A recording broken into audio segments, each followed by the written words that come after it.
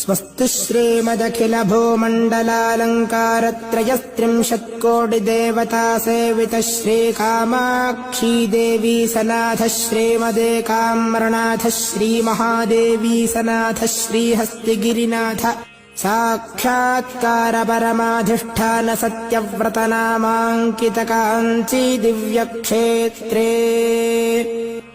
शारदामठसुस्थितानाम् अतुलितसुधारसमाधुर्यकमलासनकामिनी धम्मिल्लसम्फुल्लमल्लिका मालिका निष्यन्दमकरन्दझरी सौवस्तिक वाङ्निगुम्फविजृम्भणानन्दतुन्दिलितमनीषिमण्डलानाम् अनवरताद्वैतविद्याविनोदरसिकानाम् निरन्तरालङ्कृतीकृतशान्तिदान्तिभूम्नाम् सकलभुवनचक्रप्रतिष्ठापक श्रीचक्रप्रतिष्ठा विख्यातयशोऽलङ्कृतानाम् निखिलपाषण्डषण्डकण्टकोत्पाटनेन विशदीकृतवेदवेदान्तमार्गषण्मतप्रतिष्ठापकाचार्याणाम् श्रीमत्परमहंसपरिव्राजकाचार्यवर्य श्रीजगद्गुरु श्रीमच्छङ्करभगवत्पादाचार्याणाम् अधिष्ठाने सिंहासनाभिषिक्त श्रीमच्चन्द्रशेखरेन्द्र सरस्वती संयमीन्द्राणाम् अन्तेवासिवर्य श्रीमज्जयेन्द्र सरस्वती संयमीन्द्राणाम् तदन्तेवासिवर्य श्रीमच्छङ्कर विजयेन्द्र सरस्वती श्रीपादानां च पादारविन्दयोः साष्टाङ्ग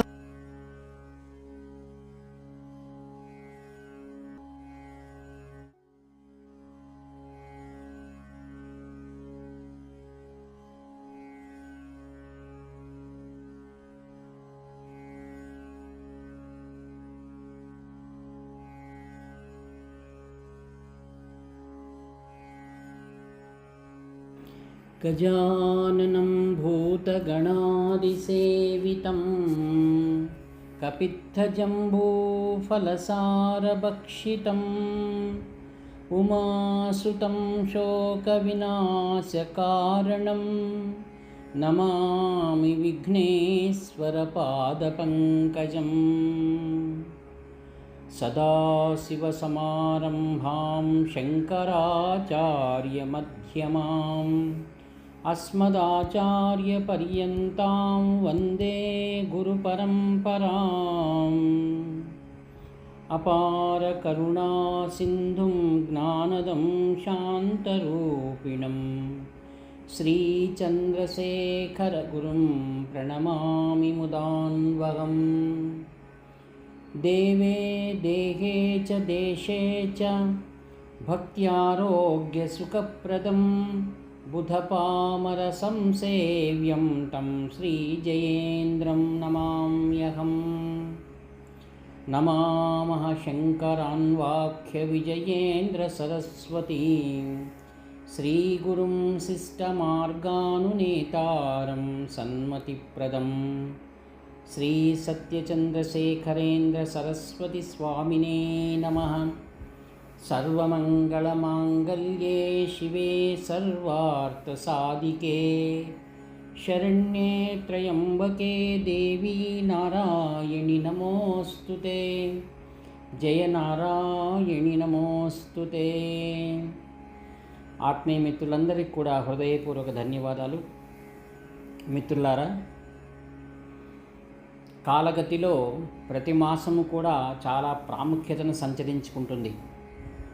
ఈ ఆషాఢ మాసంలో అత్యధిక ప్రాధాన్యత ఏమిటనగా, ఈ దేశంలో ప్రముఖమైనటువంటి ఉత్సవాలు మరియు అనేకమైనటువంటి కార్యక్రమాలు మనం చూస్తాం. అందులో ప్రముఖమైనవి పూరీ జగన్నాథ రథయాత్ర ఆషాఢ మాసంలో ప్రారంభమై తర్వాత ఏకాదశికి, ఆషాఢ శుద్ధ ఏకాదశికి పరిసమాప్తి అవుతుంది. చాలా వైభవంతో కూడుకున్నటువంటిది.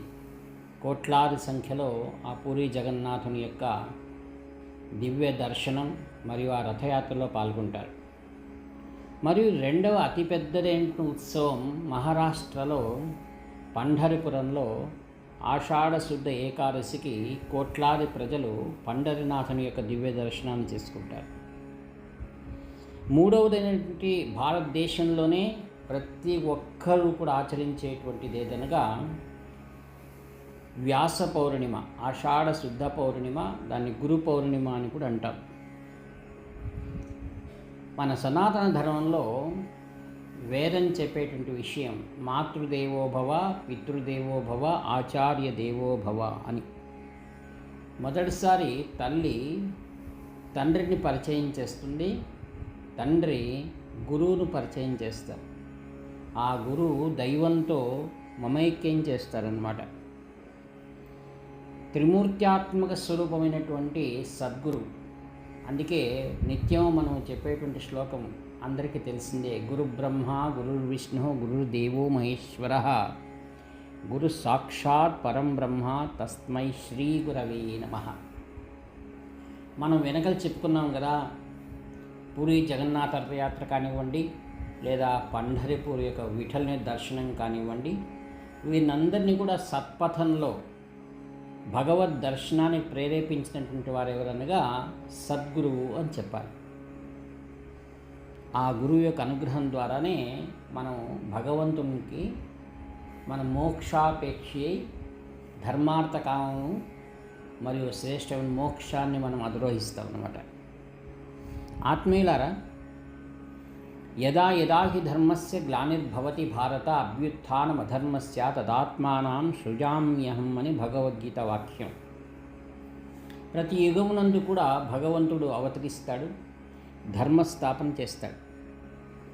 మనం పంచాంగ రీతిగా కాలక్రమంలో మనకు నిర్ణయించారు 4 యుగములు: కృత, త్రేత, ద్వాపర, కలియుగములు. ఈ యొక్క కాలము అనేటువంటిది అలా సంచరిస్తూనే ఉంటుంది. ఒకసారి కలియుగం అయిన తర్వాత మరలా కృతయుగం ప్రారంభమవుతుంది.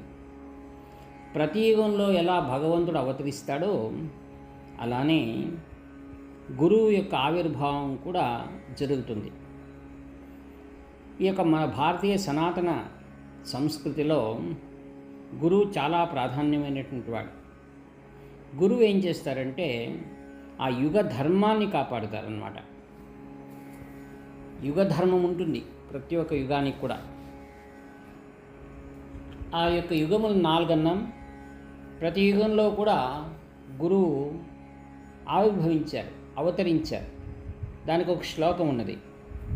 కృతేతు దక్షిణామూర్తి త్రేతాయాం అత్రినందనః ద్వాపరే భగవన్ వ్యాసః కలౌనః శంకరః స్మృతః అన్నారు. ఇది అద్భుతమైనటువంటి శ్లోకం. ఆ భగవంతుని యొక్క స్వరూపమైనటువంటి గురువు యొక్క ఆవిష్కారం ఇందులో చూపించారు. కృతయుగం నడిపించిన వారు ఎవరనగా శ్రీ దక్షిణామూర్తి. ఆయన ఒకే ప్రదేశంలో ఉంటారు, మౌనంగా ఉంటారు. గురోర్యువః వృద్ధాస్తు శిష్యః గురోస్తు మౌనో వ్యాఖ్యానం శిష్యాస్తు చిన్న సంశయః అని వస్తుంది. ఆ కృతయుగంలో చాలా గొప్పదైనటువంటి ఒక సందేశం ఏమిటనగా శుద్ధమైనటువంటి సత్వజ్ఞానాన్ని ఆయన అందించారు. ఎందుకు ఆయన మౌనంగా ఉన్నారనగా శుద్ధ సత్వాన్ని మాటలతో ప్రకటించడం అనేది కష్టం. ఆ కాలంలో ప్రతి ఒక్కరు కూడా సమాజం ఎలా ఉండేది, సత్య, శాంతి, సమయము మరియు దయ, కరుణ ఇవనేటువంటి ఉండేటివి. తపస్సు చేసేటువంటి వారు. ఆ కాలంలో ఎవరిని వెతికినా కూడా ఇసుమంతైనా స్వార్థ చింతన అనేటువంటిది లేదన్నమాట. అందుకే ఆ యుగంలో శ్రీ దక్షిణామూర్తి రూపంలో పరమేశ్వరుడు అవతరించి మహర్షులకందరికి కూడా శ్రేష్టమైన సత్యధర్మాన్ని ఆయన మౌనంగా ప్రకటించాడు. ఇంకా త్రేతాయుగంలో దత్తాత్రేయ స్వామి, ఈయన అనేక రూపాలు మారుతూ ఆయన సంచారం చేసేవారు. కృతయుగంలో దక్షిణామూర్తి ఒకే ప్రదేశంలో ఉన్నారు. త్రేతాయుగంలో దత్తాత్రేయ స్వామి సంచారం చేస్తూ ఉండేవారు. సంచారం చేస్తూ చేస్తూ ఆ యుగ ధర్మంలో శాశ్వతమైనటువంటి ధర్మాన్ని ఆయన ప్రబోధించాడు. అందులో ఆయన ఏమన్నారంటే, ఆయన చరిత్ర, మనం గురువు చరిత్ర చదివితే ఆయన అంటారు, 24 గురువులు నాకు ఉన్నారంటాడు ఆయన. అంటే ఏంటేంటివి అవి? ప్రకృతిలో ఉండేటువంటివి ఏవేవి సందేశాన్ని అందిస్తాయో, నీరు కానివ్వండి, నిప్పు కానివ్వండి, భూమి కానివ్వండి, పంచభూతాలు అన్నిటితో కూడా మనం సందేశాన్ని అందుకుంటాం. అవన్నీ మనకు ఆదర్శాన్ని చూపిస్తాయి. వాటి ద్వారా మనం సందేశం తీసుకుని అది గురువుగా మనం స్వీకరించాలనే తత్వాన్ని ఆ యొక్క దత్తాత్రేయ స్వామి మనం చూపించారు. అత్రి అనసూయ కుమారుడుగా దాంట్లో చూపించారు. ఆ త్రిమూర్తి రూప దత్తాత్రేయ అని ఆ కాలంలో త్రేతాయుగంలో ఆయన అవతరించి ఇటువంటి సత్యధర్మాన్ని మనం నిరూపించాడు అనమాట. ఇంకా ద్వాపర యుగం చెప్పాలంటే వేదవ్యాస మహర్షి. మనం విష్ణు సహస్రనామం చదివితే మనకు అనేకమైన విషయాలు ఆయన గురించి చెప్తారు. వ్యాసాయ విష్ణురూపాయ వ్యాసరూపాయ విష్ణవే నమో వై బ్రహ్మనిధయే వాసిష్ఠాయ నమో నమః. ఈ యొక్క గురు పౌర్ణముని వ్యాస పౌర్ణిమ అని కూడా అంటారు. మరి వేదవ్యాస మహర్షి ఏం చేశారు? భారతీయ సనాతన సంస్కృతి ఏదైతే ఉందో వాటిని గ్రంథస్థ రూపంగా మనకు అందించారు. ఎందుకనగా కృత త్రేతాయుగాలలో సాధన అనేటువంటిది గురువు ద్వారా శిష్యులకు పరంపరగా అలా వచ్చేది. ఆ సాధన చాలా ప్రాముఖ్యమైనటువంటిది. ఎన్నో రహస్యాలు, మంత్రతంత్ర శాస్త్రాలను ఉండేటివి. గురువు శిష్యునికి అటువంటి రహస్యాలను బోధించేవారు.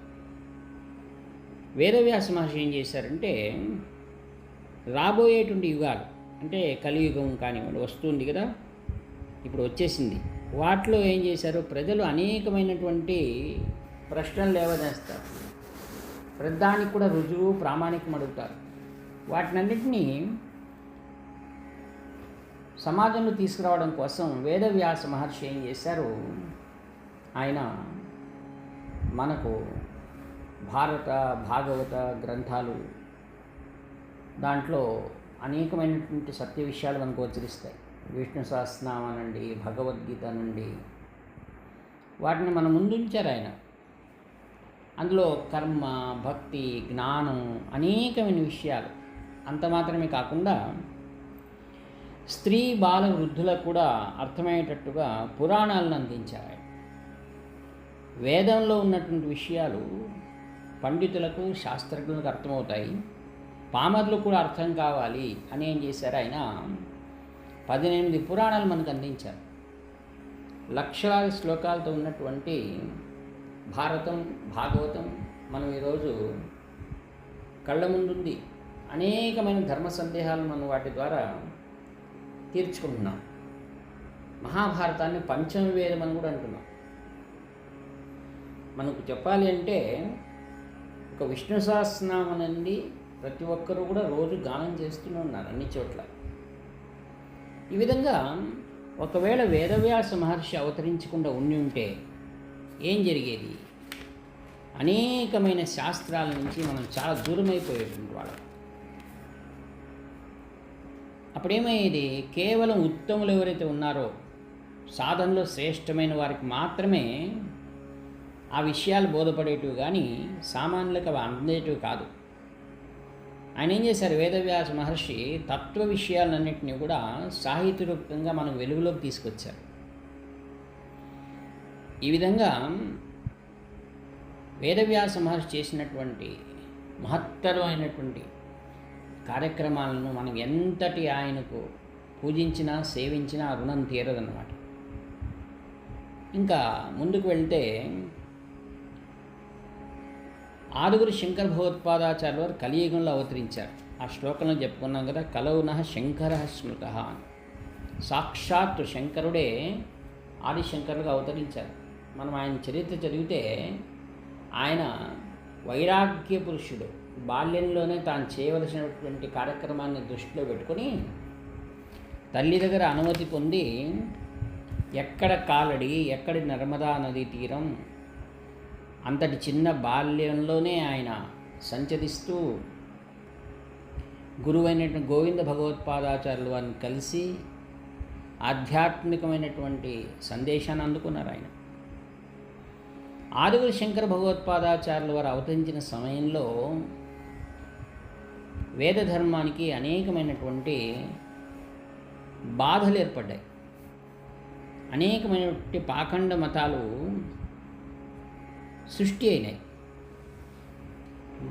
ఏం జరిగింది? అనేకమైనటువంటి వేదవ్యాస మహర్షి రచించినటువంటి అనేకమైన గ్రంథాలపైన, వేద సంస్కృతి పైన ప్రత్యక్ష మరియు పరోక్ష దాడులు జరిగాయి. అప్పుడు మహత్తరమైనటువంటి ఒక తేజపుంజం అవతరించవలసిన అవసరం ఏర్పడింది. అందుకే జ్ఞానశిఖ స్వరూపం సర్వజ్ఞుడు సాక్షాత్ శంకరుడే అవతరించాడు ఆదిగురు శంకరులుగా. ఏం చేశారు ఆయన? వేద ప్రతిపాదితమైనటువంటి అద్వైత సిద్ధాంతాన్ని స్థాపించి చాలా సులభంగా వేదధర్మంపై జరుగుతున్నటువంటి దాడులకు వాటిని ఎదుర్కొని చాలా సులభంగా అనేకమైనటువంటి పరిష్కారాలను మనం సూచించారు. ఆ విధంగా బాల్యంలోనే ఆసేతు హిమాచలం ఆ చిన్న వయసులో సంచరించారు. మహత్తరం ధర్మస్థాపన చేశారు. మనం ఈ విధంగా చూసుకుంటూ వెళ్తే గురువు అనేటువంటి వారు శాస్త్రాన్ని అనుసరిస్తూ బౌద్ధికమైనటువంటి జ్ఞానాన్ని మనకు అందిస్తూ వస్తున్నారు. ఆత్మజ్ఞానాన్ని అందిస్తున్నారు. ఒకవైపు సాక్షాత్ భగవంతుడు ఏం చేస్తాడు? శస్త్రముల ద్వారా ఆ యొక్క దుష్టులను నిగ్రహించి శిష్ట రక్షణ చేస్తూ వచ్చారు. గురువు ఏం చేస్తున్నారు? శాస్త్రముల ద్వారా దుష్ట పరిపాలనను అంతం చేస్తూ శిష్ట పరిపాలనకు వారు మార్గాన్ని సులభతరం చేశారు. మరి గురువు అనేవారు మన దేశంలో ఏం చెప్తున్నాం మనము? నగురోరధికం నగురోరధికం నగురోరధికం శివశాసనత శివశాసనత శివశాసనత శివశాసనత నగురోరధికం నగురోరధికం అజశాసనతో అజశాసనత అజశాసనతో అజశాసనత. గురుగీతలో చెప్తున్నాను గురువు గొప్పతనాన్ని. గురువు కంటే మరొకరు గొప్పవారు లేదని త్రిమూర్తులే శాసిస్తున్నారు అన్నమాట. గురువు అనే వారికి జాతి, కులము ఇటువంటివి ఏవి ఉండదు. ఉదాహరణకు చెప్పాలంటే ప్రాంతము కూడా ఉండదు. ఇప్పుడు చూడండి, ఆదిగురు శంకర భగవత్పాదాచార్యుల వారు ఎక్కడ అవతరించారంటే చెప్పవచ్చు, కాలడిలో కేరళ నుండి ఆయన సంచరించారని చెప్తాం. మరి వేదవ్యాసుల వారు తీసుకోండి, దత్తాత్రేయుల వారు తీసుకోండి, ఏ ప్రాంతానికి చెందినవారని చెప్పాలి. ఈ విధంగా నేటికి కూడా దత్తాత్రేయ స్వాముల వారిది, దక్షిణామూర్తి స్వాముల వారిది, ఆదిగురు శంకర భగవత్పాదాచార్యుల వారిని ఎంతమంది అనుయాయులు ఉన్నారంటే దాని లెక్కకు మించి ఉన్నారు. వారు ఒక ప్రాంతానికే వారి సిద్ధాంతం పరిమితం కాలేదు, విశ్వానికే వాళ్ళ మార్గదర్శనమై ఉన్నారు. ఆదిగురు శంకర భగవత్పాదాచార్యుల వారు కర్మ సిద్ధాంతాన్ని ఒకవైపు ప్రతిపాదిస్తూ జ్ఞాన సిద్ధాంతాన్ని ఆయన చాలా చక్కగా బోధించారు. అందులో వైరాగ్యం చాలా ముఖ్యమని చెప్పారు. సంస్కారాలను మనము పెంచుకోవాలి. మరి గురువు అనే వారి ద్వారా మనకు సంస్కారాలు ఏర్పడతాయి, చక్కటి సంస్కారాలు ఏర్పడతాయి. మనం చక్కటి రీతిలో మన జీవితాన్ని మనం ముందు కొనసాగించాలంటే గురువు యొక్క మార్గదర్శనంలో ఉండాలి. అందుకే మన శ్రేష్టమైన సనాతన ధర్మంలో గురు పరంపర అతి ముఖ్యమైనటువంటిది. ఆదిగురు శంకర భగవత్పాదాచార్యుల వారు చతురామ్నాయ పీఠం స్థాపించి ధర్మానికి సురక్షితం చేశారు. తర్వాత శ్రేష్టమైనటువంటి సర్వజ్ఞ పీఠాన్ని, కాంచి కామకోటి పీఠం మనం పిలుస్తున్న సర్వజ్ఞ పీఠం. అందులో ఆయన అధిష్టాతులై నాటి నుండి 2,500 సంవత్సరాలు నేటి వరకు కూడా అవిచ్ఛిన్న పరంపర కొనసాగుతుంది. ఆ యొక్క ఆదిగురు శంకర భగవత్పాదాచార్యుల వారి సిద్ధాంతాలన్నింటినీ కూడా యథాతథంగా కామకోటి పీఠం నిర్వహిస్తుందన్నమాట. ఆదిగురు శంకర భగవత్పాదాచార్యులు ఏ విధంగా ప్రతి ఒక్కరికి కూడా అర్థమగులాగున ఆ యొక్క ప్రస్థానములత్రయములకు భాష్యం రాశారు, మరియు అనేక చోట్ల శ్రేష్టమైన యంత్రాలు స్థాపించారు, మరియు పంచాయతన పూజను ఆయన ప్రారంభించారు. నదులకు పుష్కరాల నుండి కుంభమేళ ఇవన్నీ కూడా ఆదిగురు శంకర భగవత్పాదాచార్యుల వారు చేసినవే. అందుకే గురుతత్వాన్ని మనం అర్థం చేసుకుని ముఖ్యమైనటువంటిగా గురువు అనేటువంటి వాడు యుగ ధర్మాన్ని ఆయన కాపాడుతూ వస్తారు. అందుకే ఎవరైతే గురువును అనుసరిస్తుంటారో ఆ గురువును అనుసరించే వారి చక్కటి జ్ఞానం దొరుకుతుంది. మరియు గురువు అనేటువంటి వారు తత్వజ్ఞానాన్ని ఉపదేశిస్తారు, యథాతథంగా మనకు బోధిస్తారు. అట్టి కాంచి కామకోటి పీఠం మనం చూసినటువంటి వాళ్ళలో కాంచి పరమాచార్య స్వాముల వారు, మరియు శ్రీ జయేంద్ర సరస్వాముల వారు, శ్రీ శంకర విజయ సరస్వాముల వారు ప్రస్తుత ఉపపీఠాధిపతులు, ఉత్తరాధికారి శ్రీ సత్యచంద్రశేఖర స్వామి వారు కూడా, వీరందరూ కూడా చాతుర్మాస్య ప్రారంభమవుతుంది గురు పౌర్ణమి తర్వాత. ఓరికై అనే ప్రదేశం కాంచీలోనే 5 కిలోమీటర్లలో ఉంది. అక్కడ గురుస్థానం ఉంటుంది. కాంచి పరమాచార్య స్వామి వారి కోసం గొప్పదైన మణిమంటపం అని కట్టారు. అక్కడ చాతుర్మాస నిర్వహణ జరుగుతుంది. భక్తులు అందరూ కూడా అనుయాయులు వేల సంఖ్యలో ఈ చాతుర్మాసంలో సద్గురువుని దర్శించుకోవడం, ఆయన అక్కడ ఉన్నటువంటి గురు పాదుకా పూజల్లో పాల్గొనడం, ప్రతినిత్యం జరిగేటువంటి యజ్ఞ యాగాదులు, విద్వత్ సభలు, వీటిలన్నింటిలో మనం పాల్గొని మన జీవితాన్ని సత్యమైన మార్గంలో నడుచుకుంటూ తాపత్రయాలన్నింటినీ కూడా బయటపడి అలౌకికమైనటువంటి ఆత్మానందాన్ని పొందేటువంటి అనుగ్రహాన్ని గురువులు మనం అనుగ్రహించి ప్రార్థిస్తూ ఈ వాక్పుష్పములను గురు పౌర్ణమి సందర్భంగా ప్రస్తుత పీఠాధిపతి శ్రీ శంకర విజయేంద్ర సరస్వతి మహాస్వాముల దివ్య పాదపద్మలు సమర్పి సెలవు తీసుకుంటాను. మీ అందరికి మరి ఒకసారి ధన్యవాదాలు. హరహర శంకర, జై జయ శంకర. ఇట్లా మీ ఆత్మీయమితి నివర్తి నాగభూషణ శర్మ.